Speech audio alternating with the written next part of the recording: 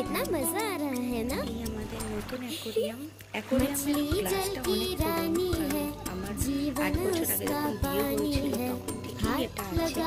আমি এর আগেও মাছ করেছিলাম, প্রচুর মাছের আমার শখ, মাছ আর পাখির।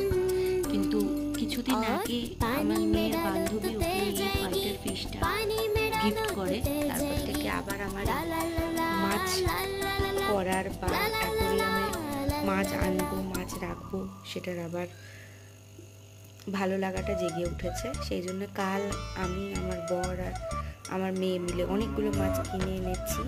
এগুলো বেশিরভাগই মলির জাত। Very sweet. বেশি ওরা খাওয়া দাওয়া করে না, শুধুমাত্র সারাদিন খুব সুন্দরভাবে খেলাধুলা করে।